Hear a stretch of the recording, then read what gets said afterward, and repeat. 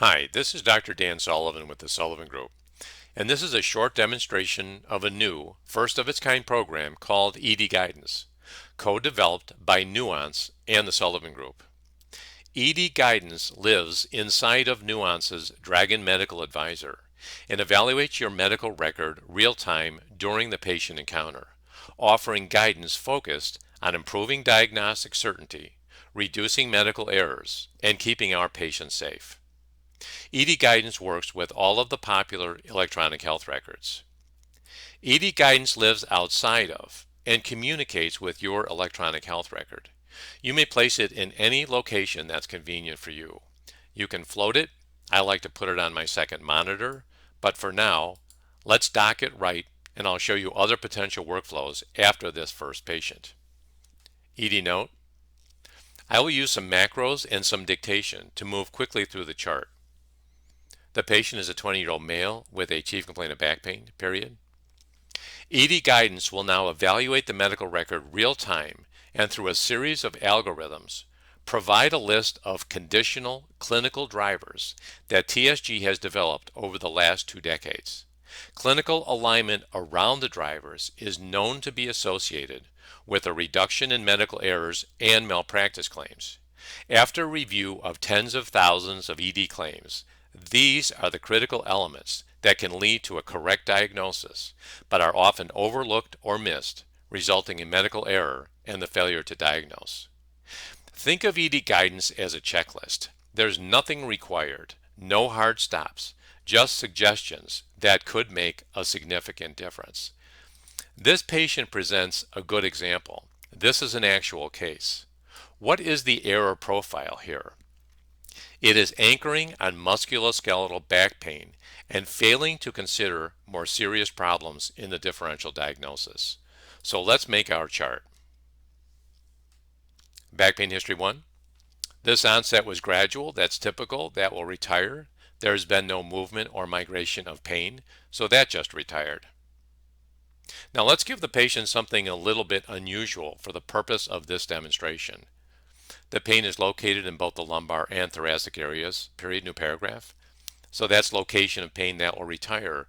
But now the algorithm will recognize that there are 2 levels of pain and suggest to the practitioner a consideration of the possibility of a spinal epidural process. It will also add conditional guidance, the addition of risk factors for recall assistance for a spinal epidural process. Back pain history 3. Mechanism was lifting, that will retire. There's been no incontinence, so that will retire. The program guidance reminded me to ask about a fever, and in fact this patient had a fever with shaking chills. The algorithm will now recognize that plus the 2 levels of pain and will suggest a consideration of the possibility of a spinal epidural abscess in the differential diagnosis. Now, a practitioner may not have seen one of these in a long time. This may be a practitioner in training who has never seen one. We believe that clinical decision and evaluation support, although we don't often need it, when we do may be critical. And if you need it, it should be in the user interface. You should not have to leave here, not go get an old book, not pull a cell phone out of your pocket, certainly not go to Google or go to the internet and do an independent search. Here, this is spinal epidural abscess, quick consult, key history, key physical exam, clinical risk, and safety pearls. Let's close that. Another important element of the program is when I said this is a back pain patient, 20 years old, that went to the cloud and it returned ED guidance and resources. Because of that, I just got 0.5 credits, Internet Point of Care CME. So if I see this patient and a child with fever and an abdominal and a chest pain patient, I might have 2, 3, 4 credits of CME from a single shift, which I can claim at a later time. Another important part of this program, as I mentioned, is recall assistance. Here, I'm just saying, look at the trackboard, see if the patient has a fever. I'm saying do a back exam. Don't forget the neurologic exam. But here, we name the individual risk factors because they are hard to remember. There's been no prior epidural bleed, patient's not on anticoagulants, there's no bleeding disorder, no recent spinal procedures, period. There are no risk factors for spinal epidural abscess, period. So I can name them individually, or I can say they're positive, or they're negative, or they're unknown, and that will retire. Back pain review of systems. Back pain physical exam. I looked at the vitals, that will retire. I specifically look for a fever on the trackboard. The patient does have a fever. Back examination is normal. There's no spinal or paravertebral tenderness, period. Now, before I move on to the neurologic exam, this may in fact be a neuro case. It's a back pain case, so it could be a neuro case. I may need to correlate my neurologic exam with some level of spinal injury, which is difficult to do because I don't remember. I don't remember all the parts of the body and what part of the spine they correlate with. Maybe I'll remember nipple line T4, but probably not the others. Or if I'm using dermatomes, I'm certainly not remembering the dermatomes. So they are there for decision support. Or your motor exam, and what level is extension of the elbow associated with. So again, inside the user interface, there are additional resources specific just to back pain, never encyclopedic, just things that you might need to know. There might be a spinal cord syndrome. I forget them. I'm thinking it might be anterior cord. What does an anterior cord look like? That's what that looks like. So again, inside the user interface. Now let's move on to the neurologic exam. Again, maybe a neuro case. We have hundreds of thousands of cases in the Sullivan Group database. We have over 20,000 neuro cases. 5% of them don't have any neurologic exam. 10% of them have something like this. Neurologic exam is normal, period. Neurologic exam is benign, period. Since that's the relevant exam, we don't think that's adequate. We think you need a complete exam of the relevant organ system. The neat thing about working with Nuance and their AI and NLP is that we can make that exam tailored exactly what we think we need. In this case, we're looking for sensory motor DTRs and straight leg rates. We can absolutely add rectal tone, perineal sensation, but this will retire that exam. On neurologic examination, there's no sensory motor focal deficits, deep tendon reflexes are normal, and straight leg raise is negative, period. And that will retire that exam.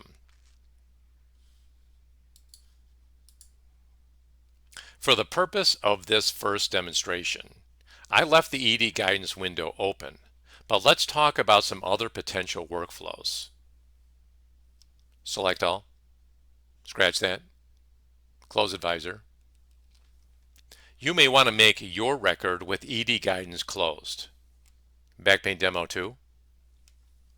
You may want to use ED guidance as a sort of a spell check at the end of the encounter. Or perhaps a scribe has created the chart and you are opening it for review. Maybe you're reviewing a residence or advanced practice provider's chart. That would look something like this. Run advisor. Here you would be reminded at the end of the encounter that you forgot to ask about a history of fever, which you would now address with the patient. Addendum: on reevaluation, the patient has had a history of fever with shaking chills over the last 2 weeks period. That may take your decision making in another direction. Or let's create a chart on a febrile child. Select all, scratch that, close advisor, child with fever demo. Here you have decided that this child's presentation is benign, a viral syndrome, and the child will be discharged with follow-up as needed to the private physician. Run advisor. Here you probably did a neck and meningeal exam, but forgot to document it, and there is now conditional guidance for an oral challenge because the child was vomiting at home. You ask the nurse to provide an oral challenge, which is tolerated well. Addendum: on physical exam, the neck exam was normal, there are no meningeal signs, and the child has tolerated both a food and fluid challenge, period. You want to be certain to create a chart establishing wellness prior to discharge in every febrile child presentation. Well, that's ED guidance, and thank you for taking the time to watch this video. ED guidance used by your group, hospital, or organization will result in clinical alignment around these key clinical drivers, will improve diagnostic certainty, reduce medical errors, and reduce exposure to medical malpractice claims. Thank you.